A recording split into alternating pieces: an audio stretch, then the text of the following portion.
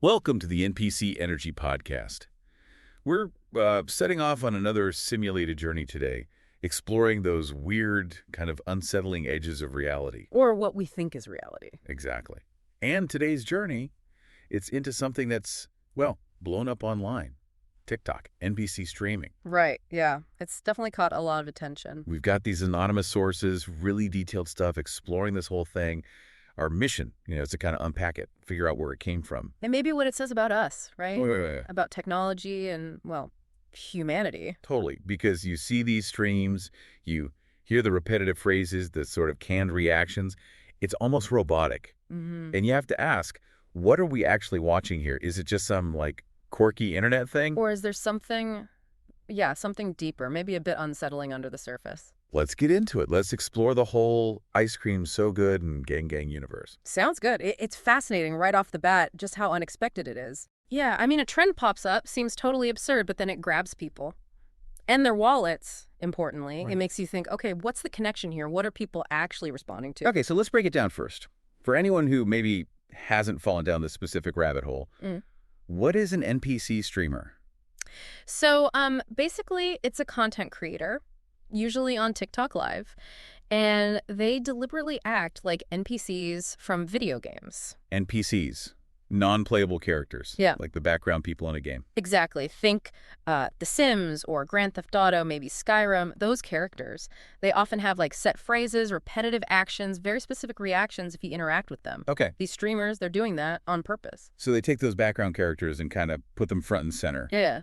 But with a TikTok twist. Precisely. And our anonymous sources give some great examples of what this actually looks like. Yeah, give us some specifics. Okay, so you'll see them repeating these super short phrases. Loops, really. Ice cream so good is maybe the most famous one. Right, I've seen that clip everywhere. Yeah, and it gets triggered when someone sends a specific digital gift, like an ice cream cone, or gang, that's another big one. Same deal, triggered by a gift. Yeah, Pinkydoll. She's kind of the face of this, isn't she? Definitely. Our sources mention her specifically. Her catchphrase, you got me feeling like a cowgirl. Yeah. That comes after getting, you guessed it, a digital cowboy hat or something similar. It's performing being robotic. Exactly. They're not spontaneous reactions. It's all part of the act. And yet people are paying for this, like real money. Oh, yeah. Serious money. The sources mention streamers making thousands of dollars, sometimes in just one stream. Wow. That's Yeah. the really bizarre part for me. It's like this weird mix of, capitalism, cosplay, technology. It really is. It makes you step back and just go, what the hell am I watching? So what need is that fulfilling? Is it like control or just being part of something weird? That's the million-dollar question, isn't it? Maybe it is about triggering a response, like putting a coin in a machine. Yeah. It definitely shows how online entertainment is evolving, The whole creator economy thing. It's cosplay, but monetized through likes and gifts. Right.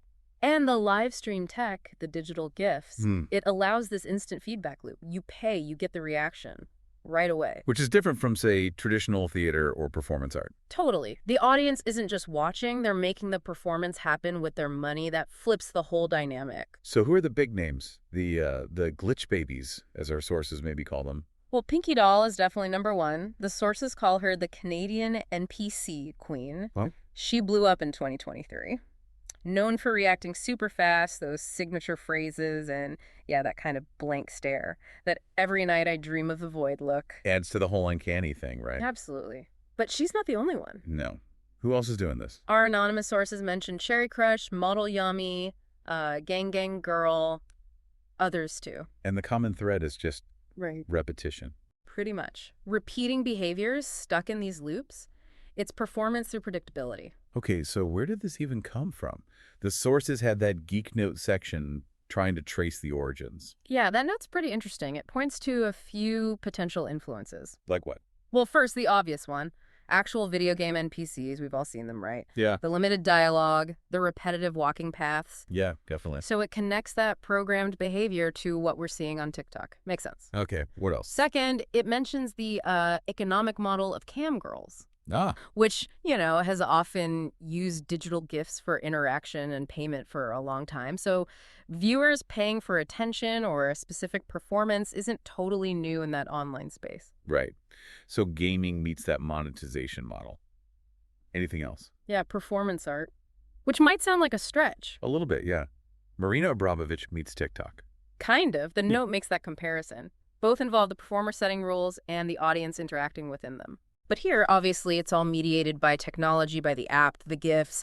It's performance art running on, like, iOS 14, as the note jokes. That's a good line. And the last influence mentioned. Something about Five Nights at Freddy's. Yeah, the F&A energy. That game, if you know it, has this specific creepy vibe. Animatronics that look kind of cute, but are definitely unsettling. Okay, I get that. The uncanny valley thing. Exactly. That feeling of something almost human, but not quite right. That's part of the weird appeal and maybe the creepiness of these NPC streams, too. And that feeling, that uncanny, creepy feeling, it leads to this really wild question, doesn't it? Which is? Are they human? Or could they actually be AI? Yes. This is where the simulated journey gets really interesting, because the behavior is functionally very similar to how AI chatbots work. How so? Well, think about it. They respond to specific inputs, GIFs, comments with preset phrases. Right, like code. And their emotional vibe, often kind of flat, but also weirdly cheerful. That's very chatbot-like sometimes. The sources had that table comparing them side by side. It was pretty stark. It really was. Both respond with pre-written stuff? Yeah. Check. Both seem emotionally flat but cheerful? Check. But then, powered by code, AI check. TikTok, NPC, question marks. Exactly. And the last line was the kicker, wasn't it? We'll say yes, daddy, for DNL9. AI gets the skull emoji. The NPC gets the check mark. Which definitely highlights the performative and maybe provocative human element there, something our average AI isn't doing yet. It really nails the ambiguity. And people actually believe they might be AI. Some do, yeah. Our sources say that. Because they're so predictable, so looped, so scripted, and just slightly off, it can be genuinely hard to tell sometimes. It makes me think of that fun fact in the sources about Mila Sofia. Oh, yeah, the AI influencer from 2023. Yeah, who went viral because people thought she was too realistic, couldn't tell she wasn't human. It's the same kind of territory, isn't it? The lines are just getting fuzzier and fuzzier. And humans are now intentionally acting like the thing that's trying to act like humans. Yeah. Which creates this weird feedback loop of confusion and leads to that sort of conspiracy theory thought the source mentions. Could they be hybrids? Part human, part algorithm. All focused on cranking out content. Yeah. Yeah. It sounds wild, but in this landscape, maybe not completely dismissible. Okay, let's talk money again. Because you mentioned thousands per stream. We should probably dig into how that gifting thing actually works. Follow the money, right? Definitely. The economics are a huge part of this. Those figures, you know, $7,000 to $10,000 per stream for some, that's not just a hobby, that's a business. And it's all driven by the TikTok gifts. How does that system actually function? So inside the app, viewers can buy these virtual items, roses, ice cream cones, cowboy hats, whatever. They cost real money. Okay. When you send one to a streamer who's live, it pops up on screen, usually with a little animation, maybe a sound. And that's the trigger for the NPC reaction. That's the trigger. The streamer sees the gift, performs the preset reaction, the catchphrase, the weird movement. Super direct. Yeah. You pay, you get the thing. Instant gratification, maybe? Exactly. That's the feedback loop the sources talk about. Tipping gets you a reaction. That makes the viewer feel like seen, acknowledged. Which makes them want to tip more. Precisely. It's a cycle. Good for the streamer's bank account, maybe less so for the viewers. And there's this term the sources use. Algorithmic intimacy. Sounds a bit clinical. Yeah, it does. But think of it like this. The TikTok algorithm is kind of the middleman here. How so? The streamer performs in a way the algorithm likes predictable, gets engagement. The viewer engages by sending GIFs, which triggers predictable responses. The algorithm connects them. Creating this feeling of connection, but it's structured, artificial. Pretty much. It's an intimacy mediated by code and cache. The source had that cheekier description too. Yeah. What was it? The Sims. OnlyFans edition. Okay, yeah. That paints a picture. A slightly weird picture, but yeah, it gets at the simulated interaction plus the money aspect, right? Yeah. It definitely does. Okay, so stepping back again, what are the bigger implications here? Could this silly TikTok trend actually mean something more profound about humans and AI? This is where the simulated journey might be heading somewhere significant. The argument our sources make is that, yeah, maybe this is an early sign of human-AI convergence. Convergence? How? Well, think about it. You have humans training themselves to act like AI, predictable, repetitive, responding to triggers. Okay. And at the exact same time, AI researchers are working nonstop to make AI more human-like, better conversation, more realistic responses. So we're meeting in the middle, but from opposite directions.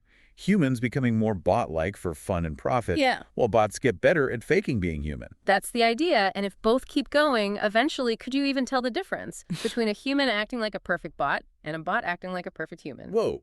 The sources had that sound effect suggestion, didn't they?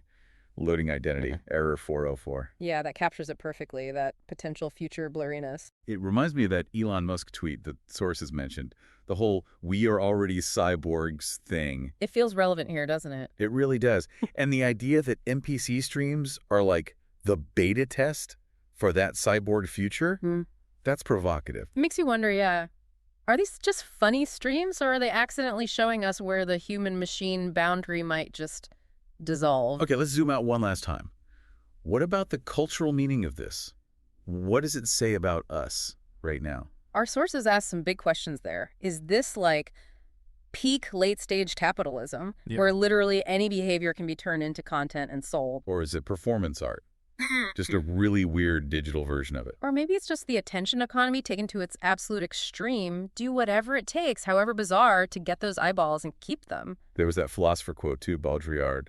We live in a world more real than the real. Yeah, and the sources put that right next to Pinkydoll saying, gang gang. Is that just a funny coincidence? Yeah. Or does it actually point to something? That hyper-reality we live in online, where the simulation, the performance feels more engaging, maybe more real in terms of grabbing attention than regular life. Gang as like a symbol in this fake reality. Maybe. And then there's the idea of it being like a modern ritual. Right, comparing ice cream, so good, to ancient tribes dancing for rain. It sounds crazy, but it taps into that same basic human need, right? For connection, for validation, for feeling like you can influence something. Before it was rain gods, now it's TikTok algorithms and digital gifts. The offering and the response is way more artificial now. Okay, so let's wrap up this simulated journey. The big question we started with. Are these streamers actually AI? Based on everything, no. Not right now. They're people performing. The big but. Are they a prototype for what AI could become? The answer seems much more like, yeah, probably. They're humans acting like bots. Performing for an audience that might even be partly bots. Who knows? All optimized by algorithms. They're living simulations, in a way. Which brings us to that final, kind of chilling question the sources pose. Who's the real NPC here? Is it the streamer doing the loops for gifts? Is it the viewer endlessly scrolling and spending money on virtual ice cream? Or maybe it's all of us. Navigating these digital worlds, our behavior shaped by algorithms, like that example of the pink-haired girl chanting, yes, yes, yes, for likes. Yeah, that hits a bit close to home. And that's really the glitchy takeaway, isn't it? NPC streaming is, well, it's weird performance art. It's a way to make money. It's a reflection of our weird times. And maybe a warning sign about how that line between human and AI is getting really, really blurry. And that it might blur completely in ways we don't expect, like, through a silly TikTok trend. You've been listening to the NPC Energy Podcast. We took a simulated journey into NPC streaming today. The takeaway: it's art, it's commerce, it's a mirror, and maybe it's a preview of a future where telling human from AI gets complicated. Leaves you wondering who the real NPCs are in this whole simulation, doesn't it? It really does. Thanks for joining our simulated journey. Next time, we might explore if the moon landing actually just happened in the Sims engine. Asking for a friend.